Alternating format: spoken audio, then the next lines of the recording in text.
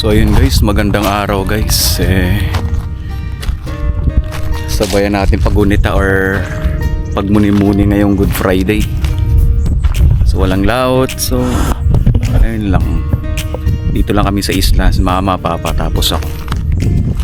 So medyo makulimlim ang panahon guys. Kalangitan no. Medyo maulap. So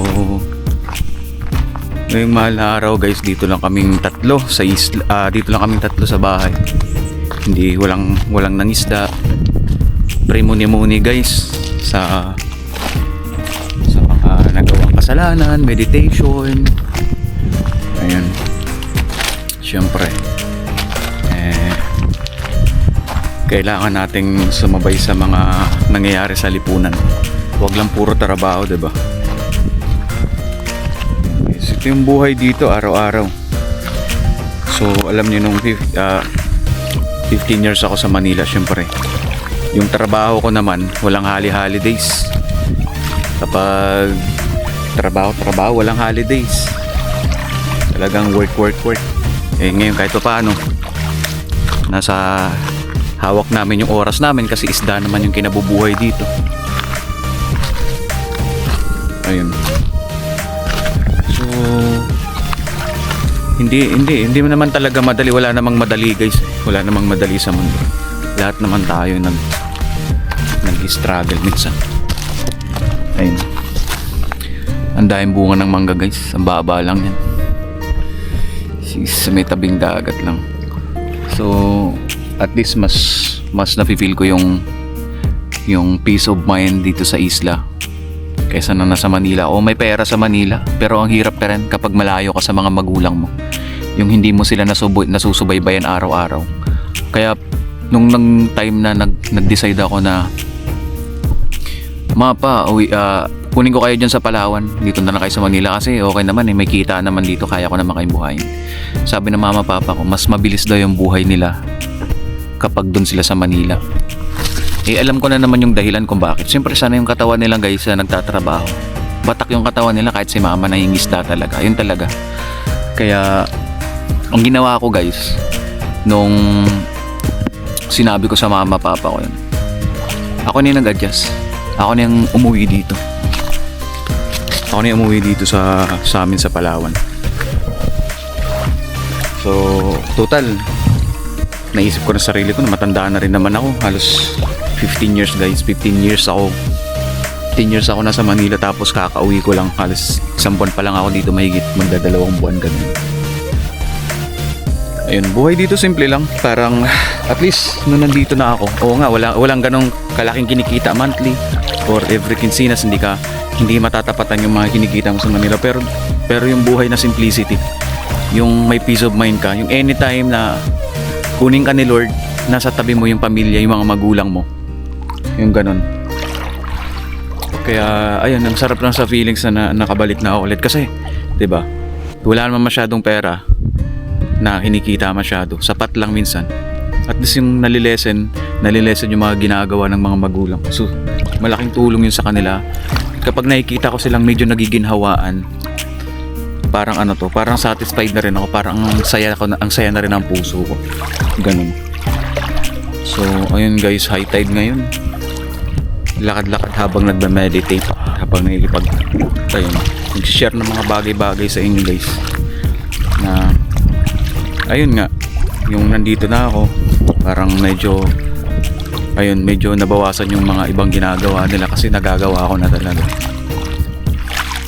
So hindi naman talaga actually madali tumira sa ganitong lugar, dahil na syempre malayo ka sa mga hospitals, malayo ka sa mga accessible na kailangan kaagad na mabili. Walang ganon.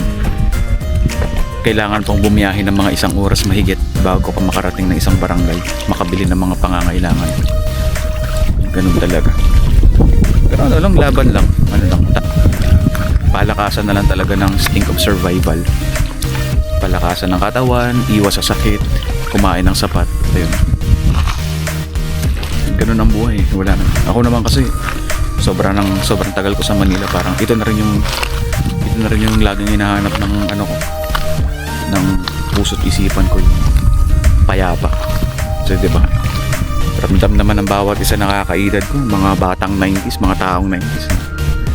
Ramdam natin yan habang tumatanda tayo, habang dumadagdag yung edad natin, tumatanda tayo sa mundo, diba? Palungkot ng buhay. Yan mas nakakalungkot pa guys, yung nakikita mong patanda ng patanda rin yung mga magulang mo, diba? Yung dati 15 years ago kaya pang umuya ng matigas ng papa at mama mo, ngayon wala na silang mga ngipin. Ganun talaga. Ang mundo hindi natin alam,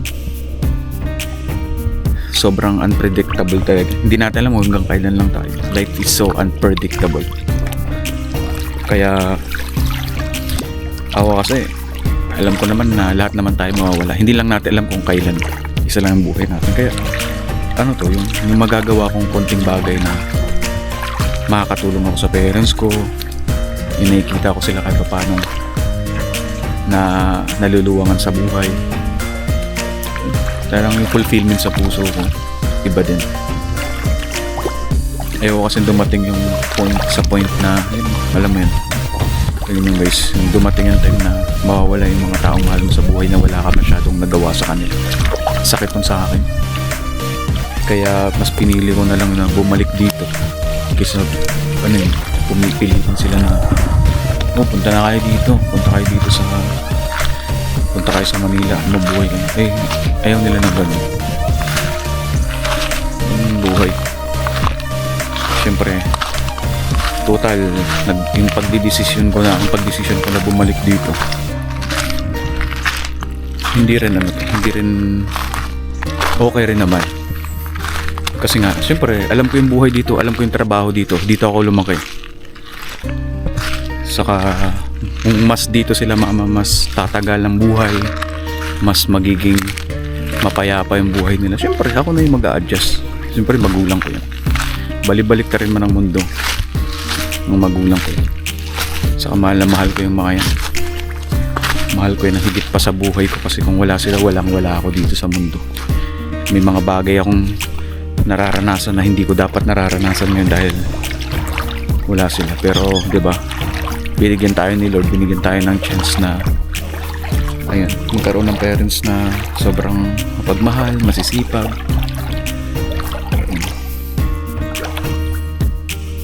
Sana mas marami pang blessing na dumating sa atin guys. Tingnan nyo guys sa likod ko guys, maulap yung kalangitan, pero sana wag umulan kasi hirap pag umulan. Yung mga inisprayan naming mangga, kawawa naman. So sana wag nating babaliwalain yung mga time na kaya pa nating may magawa para sa mga magulang natin, kasi hindi natin talaga alam. Napaka-unpredictable ng buhay ng tao. Yung minsan nga saya-saya lang ng mga kaibigan ko naman kaibigan kong wala na, kinabukasan na yun, wala na siya. Ganun ang buhay, hindi natin alam, only God knows. Kaya ako, ang dami ko rin namang mga pagkakamali sa buhay, ang dami ko rin namang kasalanan, pero habang lumilipas yung araw na nandito ako, siyempre pinatama ko rin naman yung mga pagkakamali ko, kasi wala naman taong perpekto. Ang mahalaga, marunong tayong magsisi, marunong tayong itama yung mga mali natin, marunong tayong lumaban sa buhay ng patas. Yun lang naman yun. Kahit gaano kahirap ng buhay guys, huwag tayong kakapit sa patalim. Kahit anong hirap ng buhay, pilitin nating magtrabaho at lumaban ng patas at marangal. Iba pa rin yun. Kasi nga, di ba? Hindi natin alam, gumawa ka ng masama tapos kinabukasan mawala ka sa mundo. Di ba? Ako, naniniwala kasi ako guys naniniwala ako sa kabilang buhay. Naniniwala ako. Yun yung lagi kong pinaghahandaan araw-araw. Kasi nga, hindi natin alam kung hanggang kailan lang tayo. Kaya lagi kong hinahanda yung sarili ko. Hindi ako perfecto, pero alam kong nagkakamali. Alam kong mali yung ginagawa ko minsan, pero pilit ko namang itinatama. Minsan unaware lang talaga, ganun. Pero pilit kong tinatama yung pagkakamali ko, kasi nga alam ko sa sarili ko na mali yun. Diba? Ayun, tuloy lang sa buhay. Tapos hanggat kaya nating itama yung pagkakamali natin, tama natin. Hanggat nandyan pa yung mga magulang natin guys, mahalin natin.